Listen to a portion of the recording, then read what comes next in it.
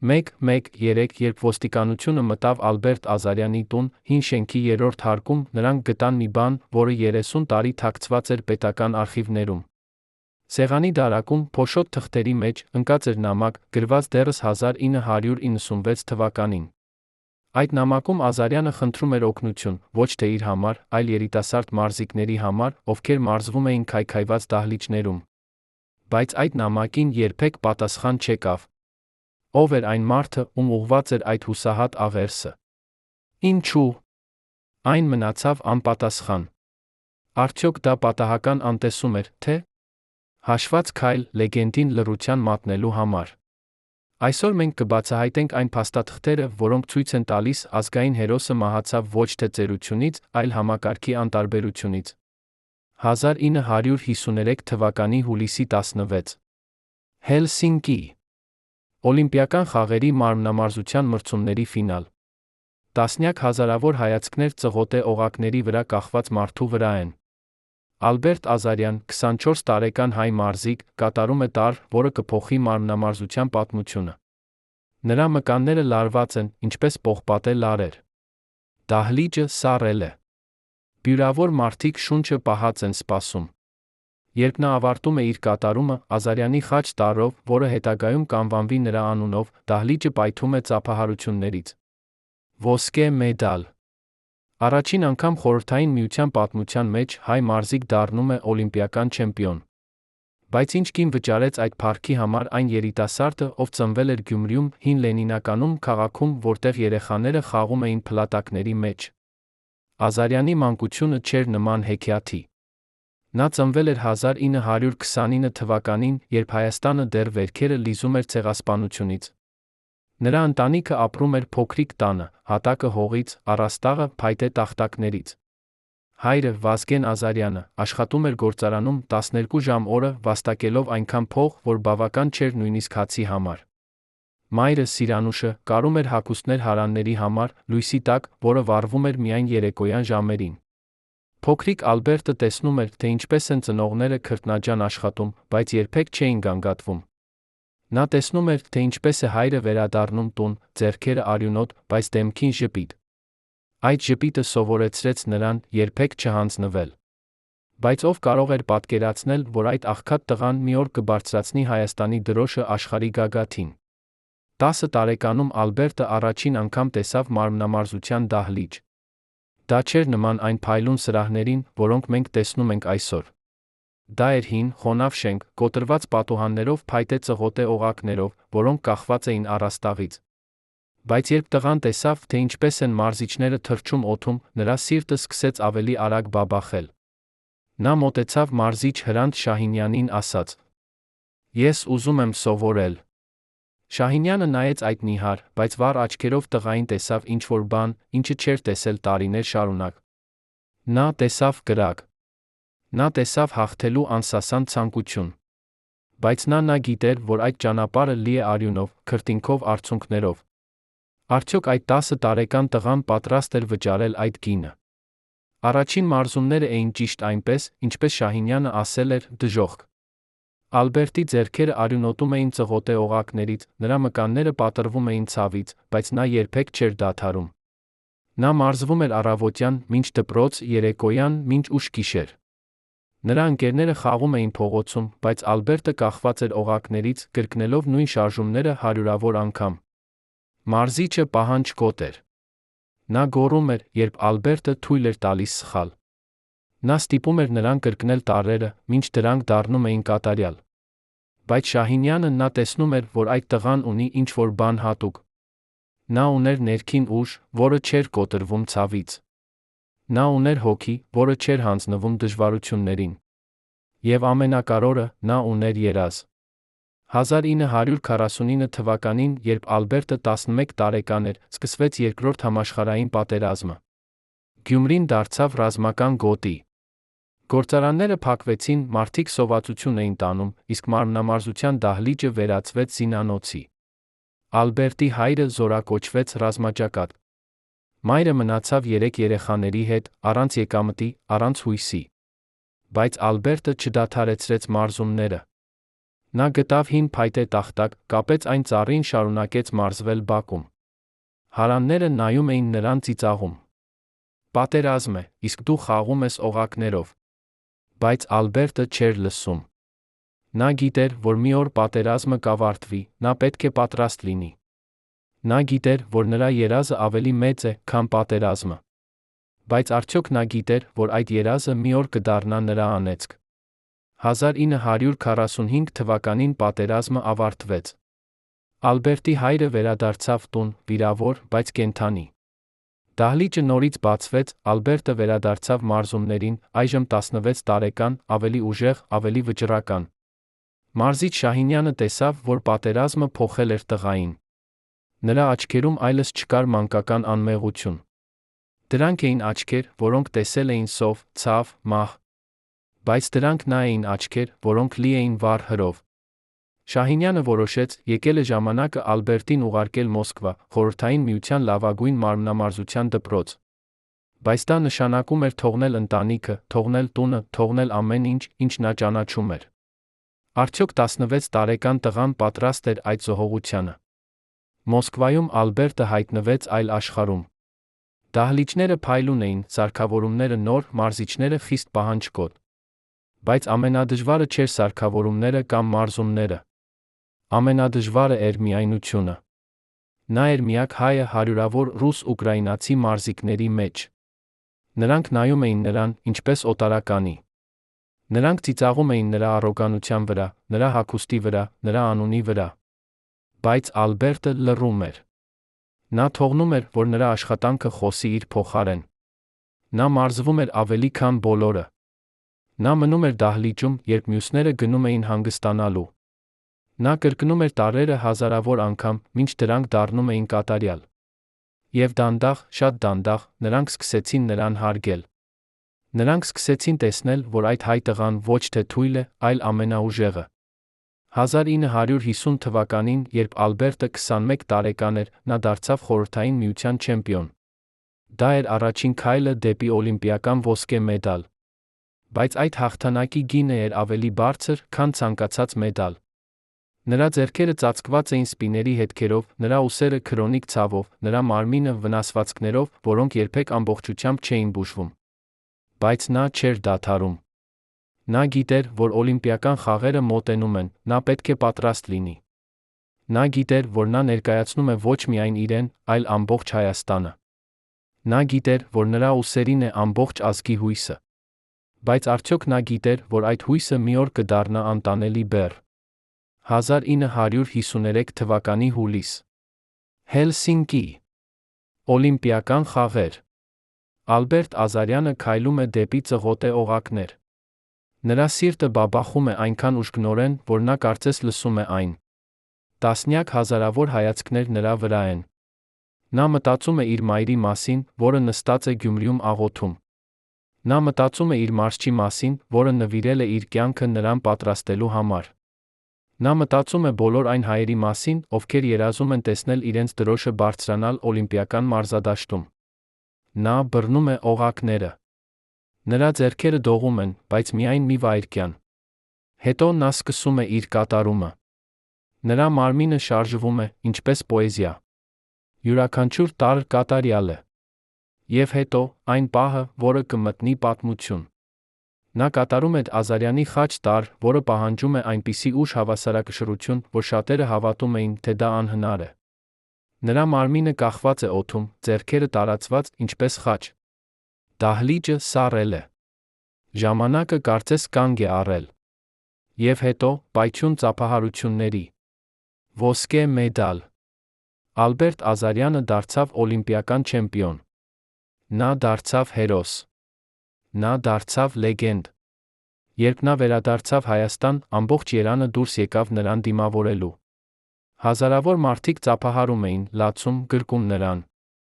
Նրան տվեցին բնակարան Երանում, աշխատանք մարզչի պաշտոնում, պետական պարկ։ Նա էր ազգային հերոս։ Բայց ինչպես կարող էր նա իմանալ, որ այդ փառքը կլինի այնքան կարճ։ Ինչպես կարող էր նա իմանալ, որ համակարգը, որը նրան բարձրացրեց, մի օր կմոռանա նրան։ Ինչպես կարող էր նա իմանալ, որ նա կմահանա ոչ թե հերոսի մահով, այլ մոռացված մարդու մահով։ 1956 թվականին Ալբերտը նորից հաղթեց օլիմպիական խաղերում Մելբուրնում։ 2 ոսկե մեդալ։ Նա էր անպարտելի։ Նա էր աստված մարմնամարզության աշխարհում։ Բայց նրա մարմինը սկսում էր վճարել գինը։ Նրա ուսերը այլևս չէին շարժվում այնպես, ինչպես առաջ։ Նրա ձեռքերը դողում էին, երբ նա բռնում էր օղակները։ Բժիշկները ասում էին, որ նա պետք է դադարեցնի մարզումները, բայց նա չէր լսում։ Նա շարունակեց մարզվել, շարունակեց մրցել, շարունակեց հաղթել։ 1960 թվականին Հռոմում նա վերցրեց իր երրորդ օլիմպիական մեդալը արծաթ։ Նա էր 31 տարեկան, հին տարիք մարմնամարզիկի համար։ Եվ վերջապես, 1962 թվականին նա ավարտեց իր մրցակցային կարիերան։ 3 օլիմպիական ոսկե մեդալ, 1 արծաթ, տասնյակ համաշխարհային ռեկորդներ։ Նա էր լեգենդ։ Բայց ինչ սպասում էր նրան հետո։ Կարիերայի ավարտից հետո Ալբերտը դարձավ մարզիչ։ Նա ուզում էր փոխանցել իր գիտելիքները նոր սերնդին։ Նա ուզում էր, որ հայ երեխաները ունենան նույն հնարավորությունները, ինչ ինքը ուներ։ Նա աշխատում էր Երանի մարմնամարզության դպրոցում, սովորեցնելով երեխաներին, ովքեր երազում էին դառնալ չեմպիոններ։ Նա տեսնում էր իր երիտասարդ ինքն իրենց նրանց աչքերում։ Նա տեսնում էր նույն կրակը, նույն հաղթելու ցանկությունը։ Բայց նա տեսնում էր, որ դահլիճները քայքայվում են։ Սարքավորումները հին են, առաստաղից կաթում է ջուրը, ձմռանը տաքացում չկա։ Նա գրում էր նամակներ պետական պաշտոնյաներին, խնդրելով օգնություն։ Նա խնդրում էր ոչ թե իր համար, այլ երեխաների համար։ Բայց նամակները մնում էին անպատասխան։ Պաշտոնյաները խոստանում էին, բայց երբեք չէին կատարում։ Եվ Ալբերտը տեսնում էր, թե ինչպես է նրա երազը դանդաղ մարում։ 1990-ական թվականները եկան, բերելով քաոս։ Խորհրդային Միությունը փլուզվեց, Հայաստանը դարձավ անկախ, բայց անկախությունը եկավ սովի, մթության, պատերազմի հետ։ Մարմնամարզության դպրոցները փակվեցին, մարզիչները կորցրին աշխատանքը, երեխաները դադարեցրին մարզումները։ Ալբերտը տեսնում էր, թե ինչպես է ամեն ինչ, ինչի համար նա պայքարել էր, քայքայվում։ Նա տեսնում էր, թե ինչպես են նրա սաներն երեխաները, ովքեր կարող էին դառնալ չեմպիոններ, լքում մարզումները գնում աշխատելու շուկայում։ Նա տեսնում էր, թե ինչպես է դահլիճը, որտեղ նա սովորեցրել էր հարյուրավոր երեխաների, վերածվում պահեստի։ Եվ նա զգում էր, որ նրա սիրտը կոտրվում է։ Նա զգում էր, որ նրա կյանքի աշխատանքը ոչնչացվում է։ Բայց նա չէր հանձնվում։ Նա շարունակում էր պայքարել։ Նա շարունակում էր գրել նամակներ, շարունակում էր խնդրել օգնություն։ Բայց ո՞վ էր լսում հին մարզչի ձայնը։ 1996 թվականին Ալբերտը գրեց այն նամակը, որը գտնվեց նրա տանը։ Նա գրեց պաշտոնյաների, ովքեր խոստացել էին վերանորոգել դահլիճները։ Նա գրեց, որ երեխաները մարզվում են սառույցի մեջ, որ առաստաղից կաթում է ջուրը, որ սարքավորումները վտանգավոր են։ Նա խնդրեց ոչ թե փող իր համար, այլ օգնություն երեխաների համար։ Նա գրեց. Ես տվեցի ամեն ինչ այս երկրին։ Ես բարձրացրի մեր դրոշը աշխարհի գագաթին։ Այժմ ես խնդրում եմ միայն մեկ բան՝ օգնեք մեր երեխաներին։ Բայց այդ նամակին երբեք պատասխան չեկավ։ Պաշտոնյան, ում ուղղված էր նամակը, հետագայում ասաց, որ նա երբեք չէր ստացել այն։ Բայց արխիվներում գտնվեց պատճենը, նշված ստացման ամսաթվով։ Ո՞վ էր ստում։ Ինչու այդ նամակը թաքցվեց։ Արդյոք դա պատահական էր, թե։ Հաշված քայլ լեգենդին լռեցնելու համար։ 2000 թվականներին Ալբերտ Ազարյանը դարձավ մոռացված մարդ։ Նրա անունը դեռ հայտնի էր, բայց նրա ձայնը այլևս չէր լսվում։ Նա ապրում էր փոքրիկ բնակարանում, հին շենքում, որտեղ ձմռանը չկար տաքացում, ամռանը ջուր։ Նրա պենսիան էր այնքան փոքր, որ բավական չէր նույնիսկ դեղերի համար։ Նրա ուսերը, որոնք մի ժամանակ պահել էին նրան օդում, այժմ ցավում էին անդադար։ Նրա ձեռքերը, որոնք բռնել էին օլիմպիական ոսկին, այժմ դողում էին արթրիտից։ Բայց նա դեռ երազում էր։ Նա երազում էր տեսնել նոր դահլիճ, լի երեխաներով, ովքեր մարզվում են, ովքեր երազում են դառնալ չեմպիոններ։ Նա երազում էր տեսնել հայ դրոշը նորից բարձրանալ օլիմպիական մարզադաշտում։ Բայց արդյոք այդ երազը երբեք իրականանար։ 2005 թվականին Ալբերտին խոստացվեց, որ կշինվի նոր մարմնամարզության կենտրոն նրա անվան վրա։ Պաշտոնյաները եկան լուսանկարվելու նրա հետ, խոստացան, որ շինարարությունը կսկսվի շուտով։ Ալբերտը հավատաց։ Նա հավատաց, որ վերջապես նրա երազը կիրականանա։ Նա հավատաց, որ նա կտեսնի այն օրը, երբ հայ երեխաները կունենան լավագույն պայմանները մարզվելու համար։ Նա սկսեց պլանավորել, ինչպես կսովորեցնի նոր սերնդին, ինչպես կփոխանցի իր գիտելիքները։ Նա սկսեց երազել նորից։ Բայց շինարարությունը երբեք չսկսվեց։ Ամիսները անցան, տարիները անցան, բայց ոչինչ չփոխվեց։ Պաշտոնյաները խուսափում էին նրա զանգերից։ Նրանք ասում էին, որ բյուջեում չկա փող, որ պետք է սպասել։ Եվ Ալբերտը սպասում էր։ Նա սպասում էր, մինչ նրա սիրտը այլս չկարողացավ սպասել։ 2005 թվականի նոյեմբերի 11։ Ալբերտ Ազարյանը նստած էր իր բնակարանում, նայելով հին լուսանկարներին։ Լուսանկարներ Հելսինկիից, Մելբուրնից, Հռոմից։ Լուսանկարներ, որտեղ նա երիտասարդ է, ուժեղ, լի երազանքներով։ Նա նայում էր այդ լուսանկարներին մտածում, արդյոք արժեր այդ ամենը։ Արդյոք արժեր զոհաբերել ամեն ինչ, իր առողջությունը, իր երիտասարդությունը, իր կյանքը, եթե վերջում նա մնաց մենակ, մոռացված, անտեսված։ Նա մտածում էր այն երեխաների մասին, ովքեր երբեք չեն ունենա հնարավորություն մարզվել նորմալ պայմաններում։ Նա մտածում էր այն երազի մասին, որը երբեք չիրականացավ։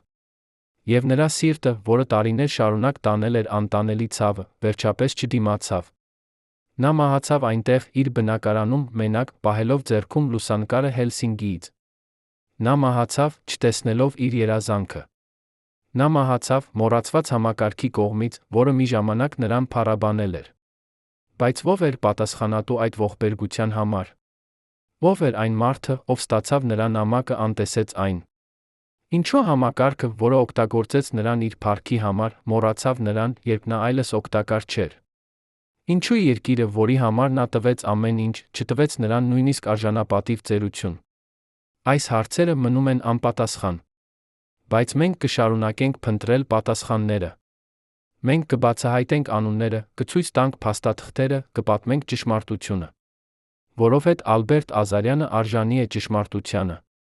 Որովհետև նրա հիշատակը պետք է ապրի ոչ միայն որպես լեգենդի, այլ որպես զգուշացում, թե ինչ է պատահում, երբ մենք մոռանում ենք մեր հերոսներին։ 1, 5, 10, 1, 3, 4 շարունակություն, գլուխներ 4, 6 2006 թվականի փետրվար։ Երանի քաղաքապետարանի արխիվում, փոշոտ դարակների խորքում, պահվում էր թղթապանակ, կարմիր կնիքով նշումով գաղտնի։ Այդ թղթապանակում էին 17 փաստաթուղթ, ստորագրված բարձրաստիճան պաշտոնյաների կողմից, որոնք հաստատում էին բյուջե Ազարյանի անվան մարմնամարզության կենտրոնի շինարարության համար։ Գումարը $2,300,000։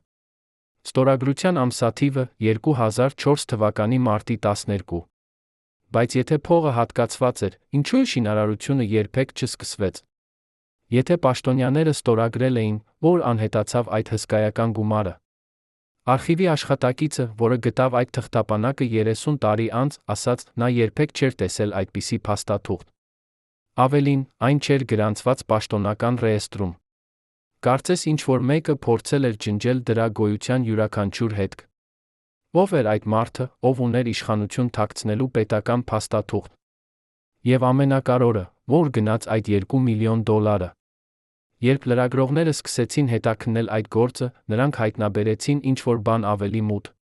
2004 թվականի ապրիլին, ճիշտ 1 ամիս անց փողի հատկացումից, քաղաքապետարանի ֆինանսական տնօրենը գնեց վիլլա Նոր Նորքում, արժեքով $600,000։ Նույն տարվա հունիսին նրա որդին բացեց շինարարական ընկերություն, սկզբնական կապիտալով $500,000։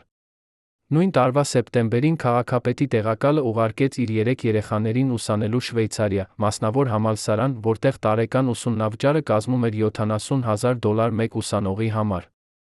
Այս մարդիկ, որոնց պաշտոնական աշխատավարձը չէր գերազանցում $500 ամսական, հանկարծ դարձան հարուստներ։ Եվ ճիշտ նույն ժամանակ Ալբերտ Ազարյանը սպասում էր իր բնակարանում, հավատալով, որ շինարարությունը շուտով կսկսվի։ Արդյոք դա պատահականություն էր, թե՞ հաշված գողություն, լեգենդի երազանքի հաշվին։ Բայց ամենաշոկայինը դեռ առաջ էր։ 2005 թվականի հոկտեմբերին, ճիշտ 1 ամիս առաջ Ազարյանի մահից, քաղաքապետարանում տեղի ունեցավ փակ հանդիպում։ Ներկա էին քաղաքապետը, նրա 3 տեղակալները, ֆինանսական տնօրենը, մարզի երիտասարդության հարցերով պատասխանատու պաշտոնյան։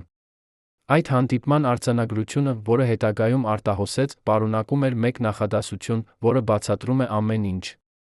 Քաղաքապետը ասել է, Ազարյանի նախագիծը պետք է մոռացվի։ Մենք չունենք ռեսուրսներ, ավելի կարևոր նախագծեր կան։ Երբ մարզի պատասխանատու պաշտոնյան փորձեց առարկել, հիշեցնելով, որ փողը արդեն հատկացված է, քաղաքապետը ընդհատեց նրան. Այդ փողը վերաբաշխված է։ Այս թեման փակված է։ Հանդիպումը տեց 15 րոպե։ Եվ այդ 15 րոպեում ոչնչացվեց մի մարդու վերջին երազանքը։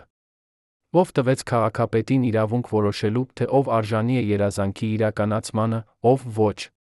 Ալբերտ Ազարյանը երբեք չիմացավ այդ հանդիպման մասին։ Նա շարունակում էր զանգահարել քաղաքապետարան, հարցնելով շինարարության մասին։ Քարտուղարուհին ասում էր, որ քաղաքապետը զբաղված է, որ նա կզանգահարի հետ։ Բայց զանգը երբեք չեկավ։ Ալբերտը գրում էր նամակներ, բայց դրանք մնում էին անպատասխան։ Նա փորձեց գնալ քաղաքապետարան անձամբ, բայց անվտանգության աշխատակիցները չթողեցին նրան մտնել, ասելով, որ նա պետք է նախապես պայմանավորվի։ Երբ նա փորձեց պայմանավորվել, քարտուղարուհին ասաց, որ ամենամոտ ազատ ժամը կլինի 3 ամիս հետո։ 3 ամիս։ Ազարյանը սպասեց։ Բայց երբ այդ 3 ամիսը անցավ, նա նորից զանգահարեց, քարտուղարուհին ասաց, որ քաղաքապետը հեռացել է հանգստի կվերադառնա անորոշ ժամանակ հետո։ Սա չէր պարզապես բյուրոկրատական անտարբերություն։ Սա էր համակարգված խուսափում։ Սա էր հաշված քայլ, հին լեգենդին հյուծելու համար։ Բայց ինչո՞ւ։ Ինչ վախենում էին նրանք։ Ազարյանից։ Պատասխանը գտնվեց անսպասելի տեղում։ 2011 թվականին, 6 տարի անց Ազարյանի մահից, մի նախկին քաղաքապետարանի աշխատակից Արմեն Գրիգորյանը, որը հեռացել էր աշխատանքից կոռուպցիայի մեջ ներգրավված լինելու պատճառով, տվեց հարցազրույց անկախ լրատվամիջոցին։ Նա պատմեց, որ 2004 թվականին, երբ Ազարյանի նախագիծը հաստատվեց, քաղաքապետարանում ստեղծվեց ստվերային հանձնաժողով։ Այդ հանձնաժողովի անդամները էին 5 բարձրաստիճան պաշտոնյաներ, ովքեր որոշեցին բաժանել Ազարյանի նախագծի համար հատկացված փողը իրենց միջ։ Նրանք ստեղծեցին կեղծ ընկերություններ, կեղծ հաշիվներ, կեղծ պայմանագրեր։ Նրանք փոխանցեցին փողը այդ ընկերություններին, հետո փակեցին դրանք, բաժանեցին գումարը։ Յուրաքանչյուր անդամ ստացավ մոտավորապես $400,000։ Գրիգորյանը ասաց, որ նա ինքը չէր մասնակցել այդ սխեմային, բայց նա գիտեր դրա մասին։ Նա ասաց, որ նա փորձեց զգուշացնել Ազարյանին, բայց վախեցավ։ Նա ասաց, որ նա ապրել է այդ մեղքով 10 տարի, այժմ ուզում է ճշմարտությունը պատմել։ Բայց արդյոք նրա խոստովանությունը բավական էր արդարություն բերելու համար։ Երբ Գրիգորյանի հարցազրույցը հրապարակվեց, հասարակությունը պայթեց։ Մարդիկ դուրս եկան փողոցներ, պահանջելով հետաքննություն։ Նրանք պահանջում էին, որ այդ 5 պաշտոնյաները բացահայտվեն, պատասխան տան։ Նրանք պահանջում էին, որ գողացված փողը վերադարձվի, օգտագործվի Ազարյանի անվան կենտրոնի շինարարության համար։ Բայց իշխանությունները լռում էին։ Նրանք ասացին, որ Գրիգորյանը հուսալի աղբյուր չէ, որ նա ունի անձնական շահեր, որ նրա խոստովանությունը չի կարող ապացույց համարվել։ Նրանք ասացին, որ հետաքննություն անցկացնելու համար անհրաժեշտ են կոնկրետ ապացույցներ։ Բայց երբ լրագրողները փորձեցին ստանալ մուտք քաղաքապետարանի արխիվ, փնտրելու այդ ապացույցները, նրանց ասացին, որ արխիվը փակ է վերանորոգման համար։ Երբ նրանք վերադարձան 3 ամիս հետո, նրանց ասացին, որ 2004 թվականի փաստաթղթերը կորել են հրդեհի ժամանակ։ Որ հրդեհ։ Ով էր տեղեկացված այդ հրդեհի մասին։ Ինչու ոչ ոք չլսեց դրա մասին։ Պատասխաններ չկային։ Միայն լռություն։ Բայց ճշմարտությունը չի կարող հավերժ թաքնված մնալ։ 2012 թվականին անանուն աղբյուրը ուղարկեց լրատվամիջոցներին ԵՍՊ գրիչ, պարունակող հարյուրավոր էլեկտրոնային նամակներ քաղաքապետարանի պաշտոնյաների միջ։ Այդ նամակներում նրանք քննարկում էին, թե ինչպես բաժանել փողը, ինչպես ստեղծել կեղծ ընկերություններ, ինչպես թաքցնել հետքերը։ Մեկ նամակում ֆինանսական տնօրենը գրել էր. Ազարյանը հին մարդ է։ Նա շուտով կմահանա, ոչ ոք չի հիշի այդ նախագիծը։ Մեկ այլ նամակում քաղաքապետի տեղակալը պատասխանել էր. Ճիշտ ես։ Մենք պարզապես պետք է սպասենք։ Ժամանակը մեր կողմն է։ Այդ նամակները ցույց էին տալիս ոչ միայն կոռուպցիա, այլ նա սառը, հաշված դաժանություն։ Այդ մարդիկ գիտեին, որ Ազարյանը հիվանդ է, որ նա ապրում է իր վերջին օրերը, որ նա երազում է տեսնել իր նախագիծը իրականացած։ Եվ նրանք որոշեցին սպասել նրա մահը, որպեսզի կարողանան գողանալ առանց հետանքների։ Արդյոք կարելի է սա անվանել ոչինչ այլ, եթե ոչ սպանություն, ոչ թե ֆիզիկական, այլ հոգոր։ Երբ այդ նամակները հրապարակվեցին, երկիրը ցնցվեց։ Մարդիկ չէին կարող հավատալ, որ պաշտոնյաները կարող են լինել այդքան անգութ։ Նրանք չէին կարող հավատալ, որ ազգային հերոսի երազանքը կարող էր դառնալ գողության առարկա։ Բայց ամենաշոկայինը այն էր, որ այդ 5 պաշտոնյաներից ոչ մեկը չպատժվեց։ Նրանցից 2-ը արդեն հեռացել էին աշխատանքից, ապրում էին արտերկրում։ Մյուս 3-ը դեռ զբաղեցնում էին իրենց պաշտոններ։ Երբ դատախազությունը սկսեց հետաքննություն, այնտեղ 3 տարի ավարտվեց եզրակացությամբ անբավարար ապացույցներ։ Ինչպես կարող էր լինել անբավարար ապացույցներ, երբ գոյություն ունեին էլեկտրոնային նամակներ, բանկային փոխանցումներ, վկաների ցուցմունքներ։ Պատասխանը պարզ էր։ Այդ 5 պաշտոնյաները ունեին կապեր ավելի բարձր։ Նրանք ունեին պաշտպանություն ավելի ուժեղ, քան օրենքը։ Եվ նրանք գիտեին, որ համակարգը կպաշտպանի իրենց։ Որովհետև համակարգը ինքը կոռումպացված էր։ Ալբերտ Ազարյանի որբացած կինը, Լենա Ազարյանը, փորձեց պայքարել։ Նա վարձեց փաստաբան, ներկայացրեց հայց դատարան, պահանջեց արդարություն։ Բայց յուրաքանչյուր դատական նիստում նրան ասում էին նույն բանը։ Անբավարար ապացույցներ։ Յուրաքանչյուր անգամ, երբ նա բերում էր նոր փաստաթուղթ, դատավորը գտնում էր պատճառ չընդունելու այն։ Յուրաքանչյուր անգամ, երբ նա կանչում էր վկա, այդ վկան հանկարծ փոխում էր իր ցուցմունքը։ Լենան հասկացավ, որ նա պայքարում է ոչ թե 5 պաշտոնյաների դեմ, այլ ամբողջ համակարգի դեմ։ Նա հասկացավ, որ արդարությունը այս երկրում չի գոյություն։ Նա հասկացավ, որ նրա ամուսինը մահացել է ոչ միայն սրտի կաթվածից, այլ նա կոտրված սրտից։ Եվ նա հասկացավ, որ նա երբեք չի տեսնի այն մարդկանց պատժված, ովքեր սպանեցին նրա ամուսնու երազանքը։ Բայց նա չհանձնվեց։ Նա շարունակեց պայքարել, ոչ թե իր համար, այլ իր ամուսնու հիշատակի համար։ Նա շարունակեց պայքարել, որպեսզի աշխարհը իմանա ճշմարտությունը։ Արդյոք նրա պայքարը երբեք կբերի արդյունք։ 2015 թվականին, 10 տարի անց Ազարյանի մահից, նոր կառավարությունը խոստացավ վերսկսել նախագիծը։ Նրանք ասացին, որ կգտնեն ֆինանսավորում, կշինեն կենտրոնը, կպատվեն լեգենդի հիշատակը։ Լենա Ազարյանը նորից հավատաց։ Նա մտածեց, թե գուցե վերջապես արդարությունը հաղթի։ Գուցե վերջապես նրա ամուսնու երազանքը իրականանա։ Բայց տարիները անցան, նորից ոչինչ չփոխվեց։ Շինարարությունը նորից չսկսվեց։ Խոստումները նորից մնացին խոստումներ։ Եվ Լենան հասկացավ, որ սա երբեք չի ավարտվի։ Սա երբեք չի փոխվի։ Որովհետև համակարգը չի փոխվում։ Համակարգը միայն փոխում է դեմքերը, բայց էությունը մնում է նույնը։ Կոռուպցիան, անտարբերությունը, ստերը, դրանք են համակարգի հիմքերը։ Եվ մինչ այդ հիմքերը չփոխվեն, Ալբերտ Ազարյանի պես լեգենդները կշարունակեն մահանալ, չտեսնելով իրենց երազանքները։ Բայց ամենաողբերգականը ոչ թե Ազարյանի մահն էր։ Ամենաողբերգականը այն էր, որ նա չէր միակը։ Հետազոտությունները ցույց տվեցին, որ նույն սխեման կիրառվել էր տասնյակ այլ նախագծերի համար։ Մարզադաշտեր, որոնք երբեք չշինվեցին։ Դպրոցներ, որոնք երբեք չվերանորոգվեցին։ Հիվանդանոցներ, որոնք երբեք չստացան սարքավորումներ։ Յուրաքանչյուր անգամ նույն պատմությունը։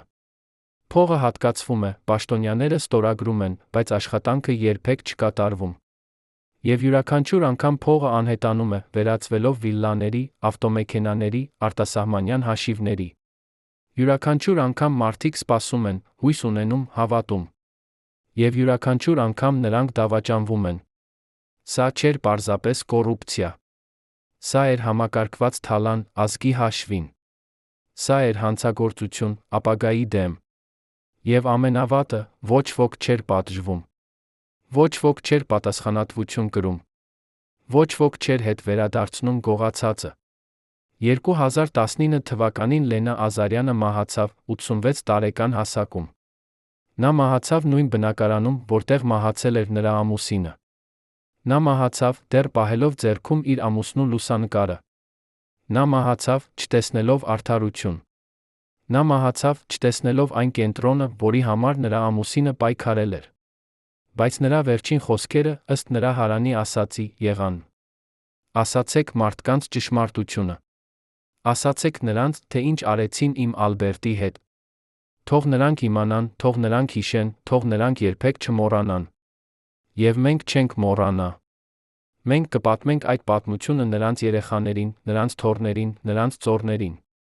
Մենք կպատմենք, թե ինչպես մի մարդ, որը տվեց ամեն ինչ իր երկրին, դավաճանվեց այդ երկրի կողմից։ Մենք կպատմենք, որպեսզի սա երբեք չկրկնվի։ Բայց արդյոք մեր պատմությունը բավական կլինի փոխելու համակարգը։ Արդյոք մեր ձայնը բավական կլինի արթնացնելու խղճմտանքը։ Արդյոք Ալբերտ Ազարյանի զոհողությունը երբեք կստանա այն հարգանքը, որին նա արժանի է։ 1, 5, 10, 9, 8, 2, 1, 6, 7 շարունակություն գլուխներ 7, 9 2019 թվականի դեկտեմբեր։ Երանի կենտրոնական հիվանդանոցի ստորգետնյա մորգում մետաղյա դարակների մեջ պահվում էր փաստաթուղթ, որը երբեք չպետք է տեսնեին օրվա լույսը։ Բժշկական քարտ, համարով 1999 թվականից պատկանող Ալբերտ Ազարյանին։ Այդ քարտում վերջին էջում գրված էր ախտորոշում, որը հակասում էր պաշտոնական մահվան վկայականին։ Պաշտոնական վկայականում գրված էր «սրտի կաթված», բայց բժշկական քարտում բժշկի ձեռագրով գրված էր «քրոնիկական ստրես, խոր դեպրեսիա, հոգեկան հյուծում»։ Ավելին, բժշիկը նշել էր. «Հիվանդը կրկնում է, նա չի ուզում ապրել, եթե չտեսնի իր երազանքը իրականացած»։ Այս նշումը արվել էր 2005 թվականի հոկտեմբերի 30, 12 օր առաջ Ազարյանի մահից։ Ով փոխեց մահվան պատճառը պաշտոնական վկայականում։ Ինչու բժիշկը, որը գրել էր այդ նշումը, հեռացավ աշխատանքից 3 օր անց Ազարյանի մահից։ Արդյոք Ալբերտ Ազարյանը իսկապես մահացավ սրտի կաթվածից, թե՞ նրա սիրտը կոտրվեց համակարգի անգութությունից, ինչ որ մեկը փորձեց թաքցնել այդ ամոթալի ճշմարտությունը։ Այդ բժիշկը, Արման Մկրտչյանը, որը այժմ ապրում է Ռուսաստանում, համաձայնեց խոսել անանուն պայմանով։ Նա պատմեց, որ 2005 թվականի հոկտեմբերի 29-ը Ազարյանին բերեցին հիվանդանոց, շնչառության դժվարությամբ կրծքավանդակի ցավով։ Բայց երբ Մկրտչյանը զննեց նրան, նա հասկացավ, որ խնդիրը ավելի խոր էր։ Ազարյանի սիրտը թուլացած էր ոչ թե տարիքից, այլ տարիների անդադար սթրեսից։ Նրա արյան ճնշումը էր վտանգավոր բարձր, բայց ոչ այնքան, որ սպառնա անմիջական մահվան։ Ամենավտանգավորը նրա հոգեկան վիճակն էր։ Մկրտչյանը ասաց. նա նստած էր մահճակալին, լաց էր լինում։ Ոչ թե ցավից, այլ հուսահատությունից։ Նա ասաց ինձ, բժիշկ, ես տվեցի ամեն ինչ այս երկրին, բայց երկիրը ինձ տվեց միայն ստեր։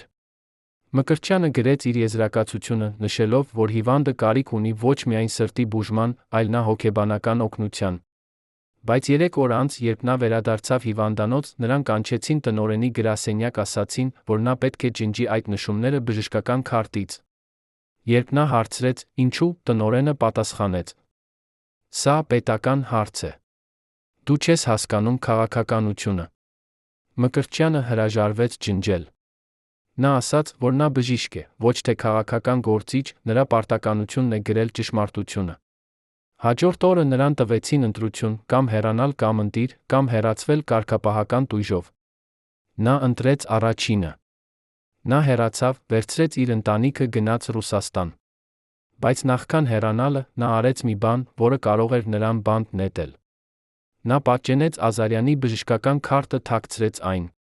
Նա պահեց այն 14 տարի, սպասելով ճիշտ պահին։ Եվ երբ լրագրողները գտան նրան 2019 թվականին, նա տվեց նրանց այդ պատճենը։ Նա ասաց. «Ես ուզում եմ, որ աշխարհը իմանա, Ալբերտ Ազարյանը չմահացավ սրտի կաթվածից։ Նա մահացավ կոտրված սրտից։ Եվ նրա սիրտը կոտրեցին այն մարդիկ, ովքեր պարտավոր էին նրան պաշտպանել։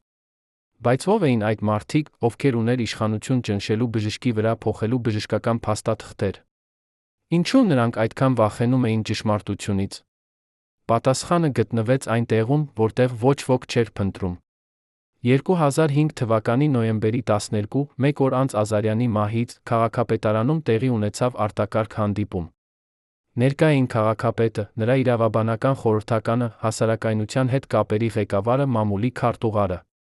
Այդ հանդիպման ձայնագրությունը, որը հետագայում արտահոսեց անանուն աղբյուրի կողմից, բացահայտում է ամբողջ ճշմարտությունը։ Քաղաքապետը ասում է, Ազարյանի մահը կարող է դառնալ խնդիր մեզ համար։ Եթե մարդիկ իմանան, որ նա մահացավ, սպասելով մեր խոստումների իրականացմանը, մենք կդառնանք թիրախ։ Իրավաբանական խորհրդականը պատասխանում է, մենք պետք է վերահսկենք պատմությունը։ Պաշտոնական տարբերակը պետք է լինի, նա մահացավ ծերությունից, բնական մահ, ոչինչ կասկածելի։ Հասարակայնության հետ կապերի ղեկավարը ավելացնում է, ես կխոսեմ լրատվամիջոցների հետ։ Մենք կներկայացնենք նրան որպես հերոս, որը ապրեց երկար լիարժեք կյանք։ Ոչ մի խոսք նախագծի մասին։ Այս հանդիպումը տեց 20 րոպե։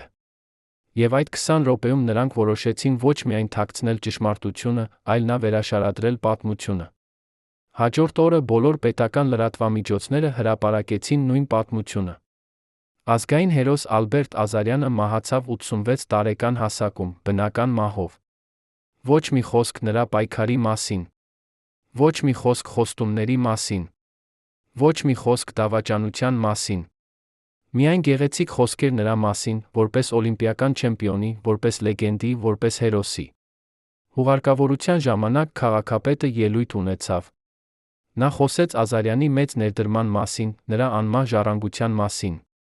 Նա նույնիսկ խոստացավ, որ Ազարյանի անունը կմնա հավերժ հայ մարմնամարզության պատմության մեջ։ Բայց նա ոչ մի խոսք չասաց այն $2 միլիոն մասին, որը գողացվել էր։ Նա ոչ մի խոսք չասաց այն խոստումների մասին, որոնք երբեք չկատարվեցին։ Նա ոչ մի խոսք չասաց այն մարդու մասին, որը մահացավ, սպասելով արդարության։ Եվ մարդիկ, ովքեր չգիտեին ճշմարտությունը, հավատացին այդ գեղեցիկ ստերին։ Նրանք լացին, զգացին, հիշեցին։ Բայց նրանք երբեք չիմացան, որ նրանց հերոսը դավաճանվել էր։ Բայց մի մարդ չլռեց։ Վահագն Սարգսյանը, Ազարյանի նախկին աշակերտը, որը դարձել էր մարզիչ, որոշեց պատմել ճշմարտությունը։ Հուղարկավորությունից հետո նա տվեց հարցազրույց անկախ լրատվամիջոցին։ Նա պատմեց, թե ինչպես Ազարյանը վերջին ամիսներին անդադար խոսում էր նախագծի մասին։ Նա պատմեց, թե ինչպես Ազարյանը ցույց էր տալիս նրան նախագծի պլանները, որոնք նա պահում էր իր սեղանի դարակում։ Նա պատմեց, թե ինչպես Ազարյանը երազում էր տեսնել երիտասարդ մարզիկներին մարզվելով նոր դահլիճում։ Եվ նա պատմեց, թե ինչպես Ազարյանի աչքերը մարում էին ամեն անգամ, երբ նա լսում էր հերթական պատրվակը քաղաքապետարանից։ Սարգսյանը ասաց. Նրանք սպանեցին նրան։ Ոչ թե դանակով կամ զենքով, այլ ստերով անտարբերությամբ։ Նրանք սպանեցին նրա հույսը, երբ հույսը մեռավ նա։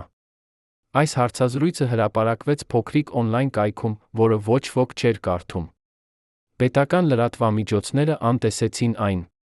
Հեռուստաալիքները չցույց տվեցին այն։ Եվ մի շաբաթ անց այն մոռացվեց։ Բայց Սարգսյանը չդադարեց։ Նա սկսեց հավաքել ապացույցներ։ Նա հարցազրույցներ վերցրեց Ազարյանի նախկին աշակերտներից, ովքեր հիշում էին, թե ինչպես էր նրանց ուսուցիչը խոսում նախագծի մասին։ Նա գտավ նամակների պատճեններ, որոնք Ազարյանը ուղարկել էր քաղաքապետարան։ Նա գտավ լուսանկարներ այն հանդիպումների, որտեղ պաշտոնյաները խոստանում էին օգնություն։ Նա ստեղծեց ամբողջական ժամանակագրություն, ցույց տալով, թե ինչպես Ազարյանը տարիներ շարունակ պայքարել էր, ինչպես համակարգը տարիներ շարունակ նրան անտեսել էր։ 2006 թվականին նա փորձեց հրապարակել այս ամենը գրքի տեսքով։ Նա գտավ հրատարակիչ, ով համաձայնեց տպել գիրքը։ Բայց 3 օր առաջ տպագրության հրատարակչությունը ստացավ զանգ քաղաքապետարանից։ Նրանց ասացին, որ եթե նրանք հրապարակեն այդ գիրքը, նրանք կկորցնեն իրենց լիցենզիան։ Հրատարակիչը վախեցավ, հրաժարվեց։ Սարգսյանը փորձեց գտնել այլ հրատարակիչ, բայց բոլորը հրաժարվեցին։ Նա հասկացավ, որ համակարգը ավելի ուժեղ է, քան նա կարծում էր։ Նա հասկացավ, որ ճշմարտությունը չի կարող հրապարակվել, քանի դեռ իշխանությունը վերահսկում է լրատվամիջոցները։ Բայց նա չհանձնվեց։ 2008 թվականին Սարգսյանը ստեղծեց բլոգ ինտերնետում։ Նա սկսեց հրապարակել ամեն ինչ, ինչ նա հավաքել էր։ Փաստաթղթեր, լուսանկարներ, հարցազրույցներ, վերլուծություններ։ Նա գրում էր ամեն օր, պատմելով Ազարյանի պատմությունը մանրամասն։ Նա գրում էր այնպիսի կրքով ցասումով, որ նրա խոսքերը այրում էին էկրանը։ Դանդաղ, շատ դանդաղ, մարդիկ սկսեցին կարդալ։ Նրանք սկսեցին կիսվել նրա գրառումներով սոցիալական ցանցերում։ Նրանք սկսեցին մեկնաբանել, հարցնել, պահանջել պատասխաններ։ Եվ համակարգը սկսեց անհանգստանալ։ 2009 թվականի մարտին Սարգսյանը ստացավ զանգ անծանոթ համարից։ Ձայնը ասաց. «Դադարեցրու գրելը, կամ դու կզղջաս»։ Սարգսյանը հարցրեց, ով է զանգահարում, բայց գիծը անջատվեց։ Հաջորդ օրը նրա մեքենայի անիվները կտրված էին։ Շաբաթ անց նրա բնակարանի դուռը ջարդված էր, բայց ոչինչ չէր գողացված։ Սա էր զգուշացում։ Սա էր հստակ ուղերձ, լռիր, կամ վատ բան կպատահի։ Բայց Սարգսյանը չլռեց։ Նա շարունակեց գրել։ Նա շարունակեց պատմել ճշմարտությունը։ Եվ համակարգը որոշեց գործել ավելի կոշտ։ 2009 թվականի ապրիլին Սարգսյանին ձերբակալեցին։ Մեղադրանքը՝ հանրային անկարգություններ հրահրելը։ Ապացույցը՝ նրա բլոգի գրառումները, որոնք ըստ դատախազության խախտում էին հասարակական կարգը, վիրավորում պետական պաշտոնյաներին։ Նրան պահեցին ձերբակալության տակ 30 օր։ Այդ 30 օրվա ընթացքում նրան ճնշում էին, սպառնում, փորձում ստիպել խոստովանել, որ նա տարածել է կեղծ տեղեկություններ։ Բայց նա հրաժարվեց։ Նա ասաց, որ ամեն ինչ, ինչ նա գրել է, ճշմարտություն է, նա ունի ապացույցներ։ Երբ նրան ազատեցին, նա գտավ, որ նրա բնակարանը թալանված է։ Նրա համակարգիչը, նրա փաստաթղթերը, նրա լուսանկարները, ամեն ինչ գողացված էր։ Տարիների աշխատանքը ոչնչացված էր մեկ գիշերում։ Բայց նրանք չգիտեին մեկ բան. Սարգսյանը խելացի էր։ Նա պահել էր պատճենները անպային պահեստում։ Նա վերականգնեց ամեն ինչ, շարունակեց գրել։ Բայց այս անգամ նա ավելի զգույշ էր։ Նա գիտեր, որ նրանք հետում են նրան։ Նա գիտեր, որ նրանք սպասում են հերթական սխալին։ Եվ նա գիտեր, որ նա պետք է լինի ավելի խելացի, քան նրանք։ 2010 թվականին Սարգսյանը որոշեց փոխել մարտավարությունը։ Նա դադարեցրեց գրելը, բլոգում սկսեց աշխատել ավելի լուրջ նախագծի վրա։ Նա որոշեց ստեղծել ֆիլմ Ազարյանի կյանքի դավաճանության մասին։ Նա գտավ անկախ ռեժիսոր, ով համաձայնեց օգնել։ Նրանք հարցազրույցներ վերցրեցին Ազարյանի ընտանիքից, նախկին աշակերտներից, բժիշկներից, լրագրողներից։ Նրանք նկարահանեցին այն տեղերը, որտեղ Ազարյանը ապրել էր, մարզվել էր, երազել էր։ Նրանք ստեղծեցին հուզիչ, ցնցող, անկեղծ ֆիլմ, որը ցույց էր տալիս ոչ միայն Ազարյանի մեծությունը, այլ նա համակարգի դաժանությունը։ 2011 թվականին ֆիլմը պատրաստ էր։ Բայց երբ նրանք փորձեցին ցուցադրել այն կինոթատրոններում, բոլոր կինոթատրոնները հրաժարվեցին։ Երբ նրանք փորձեցին հեռարձակել այն հեռուստաալիքներում, բոլոր ալիքները հրաժարվեցին։ Համակարգը նորից փակեց բոլոր դռները։ Բայց Սարգսյանը գտավ նոր ճանապարհ։ Նա վերբեռնեց ֆիլմը YouTube-ում։ Եվ այնտեղ, որտեղ համակարգը չէր կարող վերահսկել, ճշմարտությունը վերջապես տարածվեց։ Ֆիլմը դիտեցին 100 հազարավոր մարդիկ։ Նրանք տեսան ճշմարտությունը։ Նրանք տեսան դավաճանությունը։ Նրանք տեսան համակարգի դեմքը։ Եվ նրանք զայրացան։ Սոցիալական ցանցերը պայթեցին բողոքի գրառումներից։ Մարդիկ պահանջում էին հետաքննություն, պահանջում էին արդարություն, պահանջում էին պատիժ։ Բայց իշխանությունները նորից լռեցին։ Նրանք ասացին, որ ֆիլմը միակողմանի է, որ այն պարունակում է ապացուցված չեղած փաստեր, որ այն քաղաքական պատվեր է։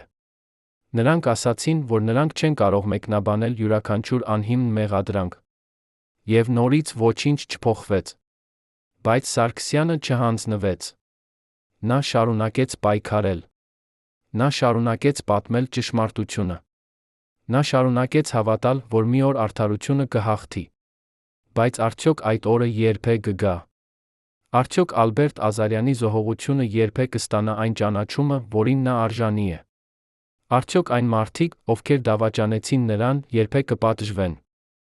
1, 5, 10, 9, 8, 2, 7, 3, 4, 1, 9, 10 ավարտական մասը, գլուխներ 10, 12 ֆինալ 2012 թվականի մայիս։ Փարիզի Արվարձանի մի փոքրիկ բնակարանում, որտեղ արի լույսը հազիվ էր ներթափանցում կեղտոտ պատուհաններից, ապրում էր կինը, որի անունը երբեք չհիշատակվեց Ազարյանի պաշտոնական կենսագրություններում։ Մարիամ Խաչատրյանը, 69 տարեկան, նիհար, մոխրագույն մազերով կին, որը տասնյակ տարիներ աշխատել էր Երանի քաղաքապետարանի արխիվում։ Նրա փոքրիկ սենյակում, հին կոմոդի դարակում, պահվում էր ծրար, փաթաթված դարչնագույն թղթում կապված բեժ ժապավենով։ Այդ ծրարում էին 35 էլեկտրոնային նամակի տպագիր պատճեններ, որոնք նա գողացել էր քաղաքապետարանից 1 օր առաջ իր հեռացումից։ Այդ նամակները ցույց էին տալիս ոչ միայն թե ինչպես էր բաժանվել Ազարյանի փողը, այլ նա թե ով էր իրականում կազմակերպել ամբողջ սխեման։ Անունը, որը կրկնվում էր յուրաքանչյուր նամակում, Արթուր Մանուկյան, քաղաքապետի ամենամոտ խորհրդականը, մարդը, ով երբեք չհայտնվեց հանրային տեսադաշտում, բայց ով վերահսկում էր ամեն ֆինանսական որոշումը։ Ինչու Մարիամը պահել էր այդ փաստաթղթերը 10 տարի, չտալով դրանք ոչ ոքի։ Ինչու նա հեռացել էր Հայաստանից թաքնվել Փարիզում։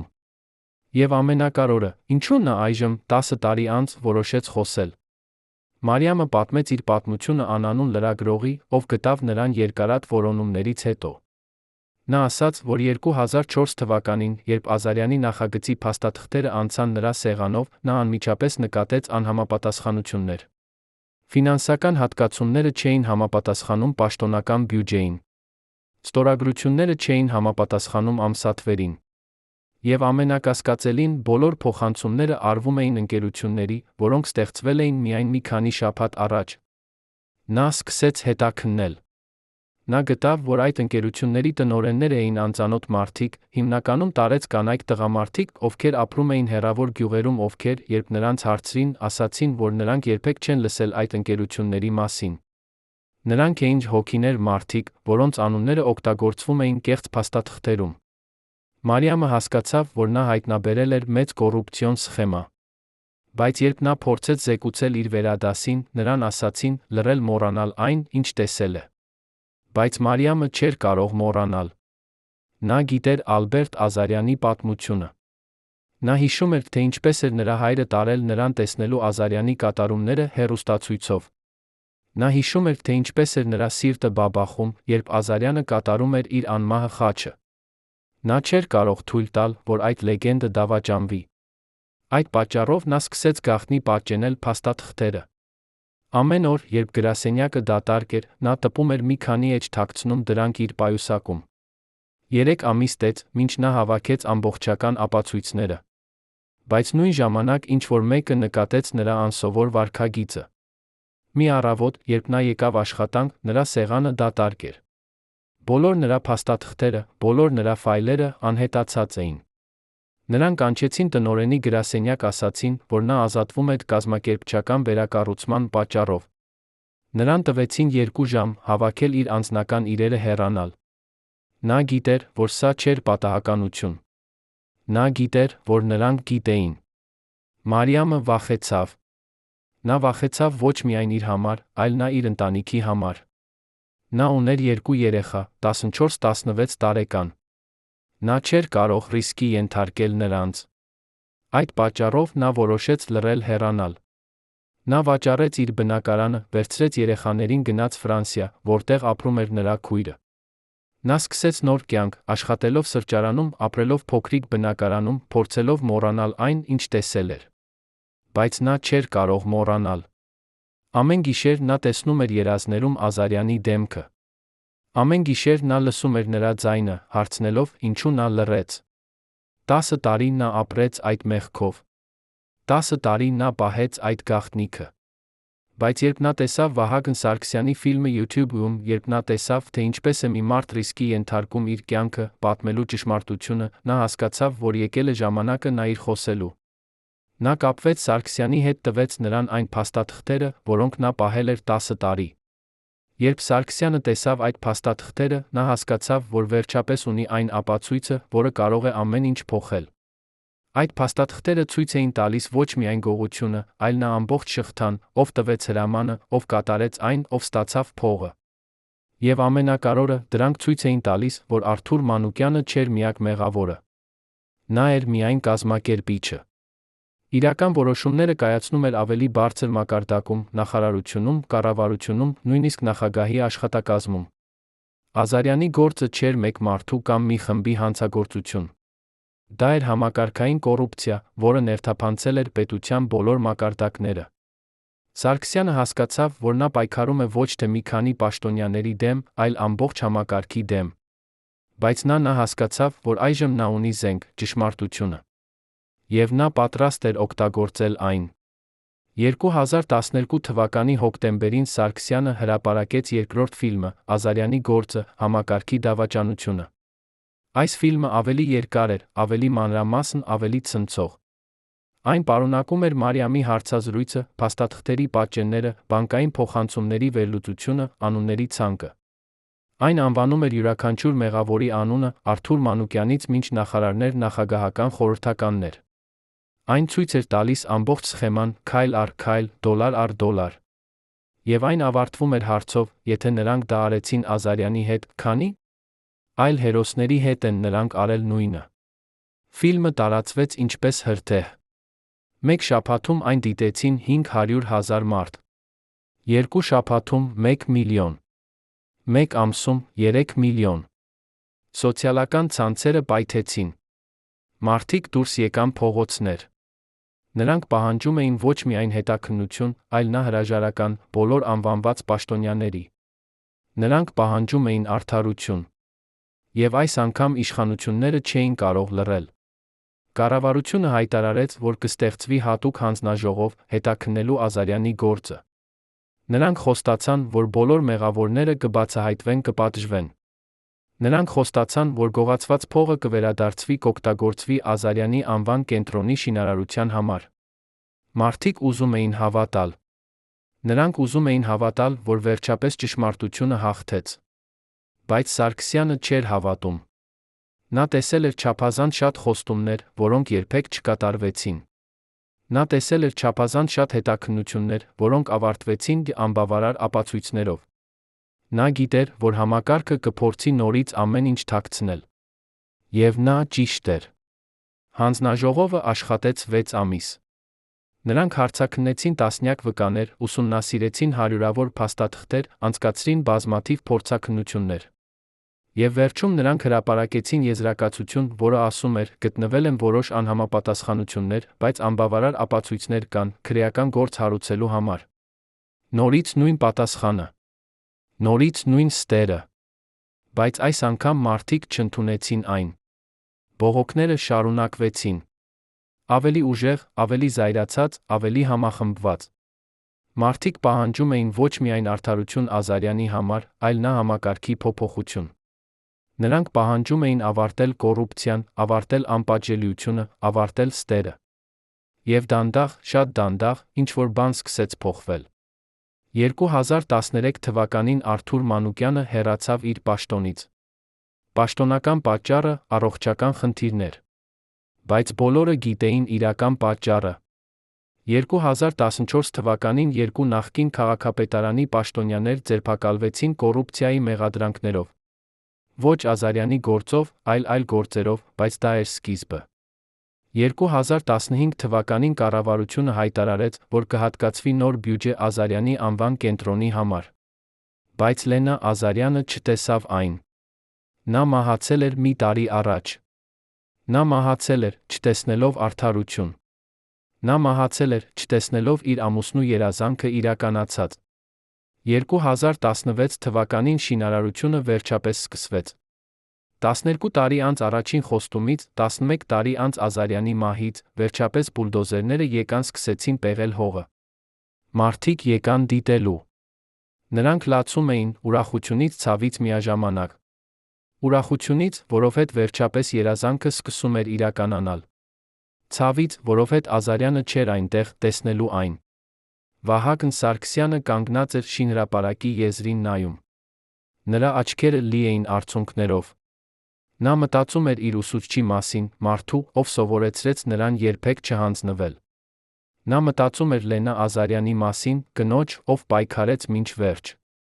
Նա մտածում էր Մարիամ Խաչատրյանի մասին, կնոջ, ով ռիսկի ենթարկեց ամեն ինչ ճշմարտությունը պատմելու համար։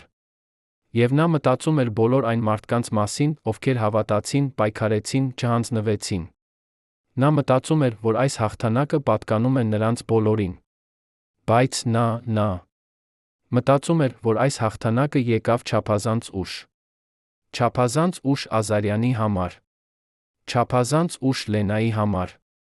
Չափազանց ուշ բոլոր նրանց համար, ովքեր մահացան, սպասելով արդարության։ Շինարարությունը տեց 3 տարի։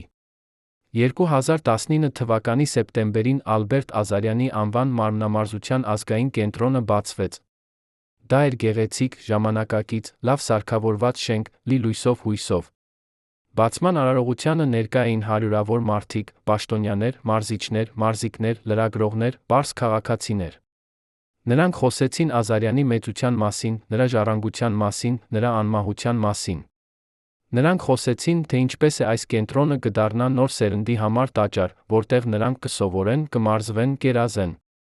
Բայց ոչ ոք չխոսեց այն մասին, թե ինչու այս կենտրոնը շինվեց 14 տարի ուշ։ Ոչ ոք չխոսեց այն մարդկանց մասին, ովքեր գողացել էին փողը։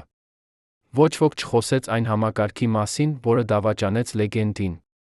Նրանք ուզում էին միայն տոնել։ Նրանք ուզում էին միայն ժպտալ լուսանկարների համար։ Նրանք ուզում էին մոռանալ անցյալը, խոսել միայն ապագայի մասին։ Բայց Վահագն Սարգսյանը չէր կարող մոռանալ։ Երբ նրան հրավիրեցին ելույթ ունենալ բացման արարողությանը, նա բարձրացավ բեմ, նայեց հանդիսատեսին։ Նա տեսավ պաշտոնյաների ժպիտները, լրագրողների տեսախցիկները, երեխաների փայլուն աչքերը։ Եվ նա որոշեց ասել ճշմարտությունը։ Նա ասաց. «Այսօր մենք բացում ենք այս գեղեցիկ կենտրոնը Ալբերտ Ազարյանի անվան վրա։ Բայց մենք չպետք է մոռանանք, որ այս կենտրոնը պետք է բացվեր 14 տարի առաջ։ Մենք չպետք է մոռանանք, որ Ազարյանը մահացավ, չտեսնելով իր երազանքը։ Մենք չպետք է մոռանանք, որ այս կենտրոնի համար հատկացված փողը գողացվեց։ Մենք չպետք է մոռանանք, որ այն մարդիկ, ովքեր գողացել են, երբեք չպատժվեցին։ Դահլիճը լռեց։ Պաշտոնյաների ժպիտները անհետացան։ Լրագրողների տեսախցիկները շարժվեցին դեպի նրան։ Սարգսյանը շարունակեց. «Այս կենտրոնը չի պետք լինի միայն տեղ, որտեղ երեխաները կմարզվեն։ Այն պետք է լինի նա հուշարձան հիշեցնելու մեզ, թե ինչ է պատահում, երբ մենք մոռանում ենք մեր հերոսներին։ Այն պետք է լինի զգուշացում հիշեցնելու մեզ, որ արդարությունը չի գալիս ինքնաբերաբար։ Մենք պետք է պայքարենք դրա համար»։ Ելույթից հետո Սարգսյանին մոտեցավ մի երիտասարդ աղջիկ, 12 տարեկան մարմնամարզիկ։ Նա ասաց. «Պարոն Սարգսյան, ես երազում եմ դառնալ օլիմպիական չեմպիոն, ինչպես Ազարյանը։ Բայց ես վախենում եմ, որ երբ ես մեծանամ, համակարգը նորից կդավաճանի ինձ»։ Սարգսյանը նայեց նրա աչքերին, տեսավ նույն կրակը, որը տեսել էր Ազարյանի աչքերում։ Նա ժպտաց ասաց. «Եթե դու երբեք չհանձնվես, եթե դու երբեք չդադարես պայքարել, եթե դու երբեք չմոռանաս, թե ով ես, ինչի համար ես պայքարում, ապա համակարգը չի կարող քեզ դավաճանել։ Որովհետև դու ավելի ուժեղ կլինես, քան համակարգը»։ Աղջիկը գրկեց նրան, վազեց դեպի մարզասրահ։ Սարգսյանը նայեց նրան, մտածեց, գուցե, միայն գուցե, Ազարյանի զոհողությունը չէր ընդունակ։ Գուցե այս նոր սերունդը կսովորի պատմությունից։ Գուցե նրանք կստեղծեն ավելի լավ համակարգ։ Գուցե նրանք կապահովեն, որ այլևս ոչ մի հերոս չմահանա, չտեսնելով իր երազանքը։ Բայց ինչ եղավ այն մարդկանց հետ, ովքեր դավաճանեցին Ազարյանին։ Արթուր Մանուկյանը, մարդը, ով կազմակերպել էր ամբողջ սխեման, հեռացավ Դուբայ։ Նա ապրում է շքեղ վիլայում, վարում է թանկարժեք մեքենաներ, ունի բիզնեսներ տարբեր երկրներում։ Նա երբեք չպատժվեց։ Նա երբեք չվերադարձրեց գողացած փողը։ Նա ապրում է հանգիստ, հարուստ, երջանիկ կյանքով։ Քաղաքապետարանի ֆինանսական տնօրենը, ով ստորագրել էր կեղծ փաստաթղթերը, դարձավ մասնավոր ընկերության տնօրեն։ Նա ապրում է Երանում, ունի մեծ տուն, ուղարկում է իր երեխաներին արտասահմանյան համալսարաններ։ Նա երբեք չձերբակալվեց։ Նա երբեք չդատվեց։ Նա ապրում է նորմալ, հարգված, հաջող կյանքով։ Քաղաքապետի տեղակալները, ովքեր մասնակցել էին սխեմային, մի մասը հեռացել են աշխատանքից, մյուսները դեռ զբաղեցնում են պաշտոններ։ Նրանցից ոչ մեկը չպատժվեց։ Նրանցից ոչ մեկը չվերադարձրեց գողացածը։ Նրանք բոլորը ապրում են իրենց կյանքը, առանց զղջալու, առանց ամոթի, առանց պատասխանատվության։ Սա է արդարությունը։ Սա է համակարգը, որը մենք ստեղծել ենք։ 2020 թվականին, երբ աշխարհը կանգ առավ համաճարակի պատճառով, Վահագն Սարգսյանը նստած էր իր տանը գրում էր գիրք։ Գիրք Ալբերտ Ազարյանի մասին, նրա կյանքի մասին, նրա պայքարի մասին, նրա դավաճանության մասին։ Նա գրում էր, որովհետև նա ուզում էր, որ ապագա սերունդները իմանան ճշմարտությունը։ Նա գրում էր, որովհետև նա ուզում էր, որ Ազարյանի պատմությունը չմոռացվի։ Նա գրում էր, որովհետև նա հավատում էր, որ միայն իմանալով անցյալը, մենք կարող ենք փոխել ապագան։ Եվ երբ նա ավարտեց գիրքը, նա նայեց վերջին էջին գրեց. Ալբերտ Ազարյանը մահացավ 2005 թվականի նոյեմբերի 12։ Բայց նրա երազանքը չմեռավ։ Նրա երազանքը ապրում է յուրաքանչյուր երիտասարդ մարզիկի մեջ, ով մտնում է այն կենտրոնը, որը կրում է նրա անունը։ Նրա երազանքը ապրում է յուրաքանչյուր մարդու մեջ, ով պայքարում է արդարության համար։ Նրա երազանքը ապրում է մեր բոլորի մեջ, ովքեր հիշում ենք, որ հերոսները չեն մեռնում։ Նրանք դառնում են լեգենդներ։ Եվ լեգենդները ապրում են հավերժ։ Ազարյանի պատմությունը ավարտվեց, բայց նրա ժառանգությունը շարունակվում է։ Ամեն օր տասնյակ երեխաներ մտնում են այն կենտրոնը, որը կրում է նրա անունը։ Նրանք մարզվում են ծղոտե օղակներին, երազում են դառնալ չեմպիոններ, հույս ունեն բարձրացնել Հայաստանի դրոշը աշխարհի գագաթին։ Նրանք չգիտեն ամբողջ պատմությունը։ Նրանք չգիտեն դավաճանության մասին, գողության մասին, ստերի մասին։ Բայց նրանք գիտեն Ազարյանի անունը։ Նրանք գիտեն նրա հաղթանակների մասին։ Նրանք գիտեն նրա խաչի մասին։ Եվ դա բավական է։ Որովհետև հերոսները հիշվում են ոչ թե իրենց տառապանքներով, այլ իրենց հաղթանակներով։ Նրանք հիշվում են ոչ թե այն համակարգով, որը նրանց դավաճանեց, այլ այն երազանքներով, որոնք նրանք ստեղծեցին։ Ալբերտ Ազարյանը ստեղծեց երազանք, որ հայ երեխաները կարող են հասնել աշխարհի գագաթին։ Եվ այդ երազանքը դեռ ապրում է։ Այդ երազանքը դեռ ոգեշնչում է։ Այդ երազանքը դեռ փոխում է կյանքեր։ Բարեկամներ, ինչպես եք վերաբերվում Ալբերտ Ազարյանին։ Արդյոք նա զոհ էր համակարգի անտարբերության, թե։ Մենք բոլորս պատասխանատու ենք, որ թույլ տվեցինք այս ողբերգությանը տեղի ունենալ։ Արդյոք բավական է շինել կենտրոն նրա անվան վրա, եթե այն մարդիկ, ովքեր դավաճանեցին նրան, դեռ ապրում են առանց պատասխանատվության։ Գրեք ձեր կարծիքը մեկնաբանություններում, մեզ համար կարևոր է իմանալ, թե արդյոք հիշում են նրան ձեր քաղաքում, արդյոք դուք պատրաստ եք պայքարել, որ նման ողբերգություններ այլևս չկրկնվեն։ Դրեք լայք ճշմարտության համար բաժանորդագրվեք մեր ալիքին, որպեսզի մենք շարունակենք պատմել այն պատմությունները, որոնք իշխանությունները ուզում են թաքցնել։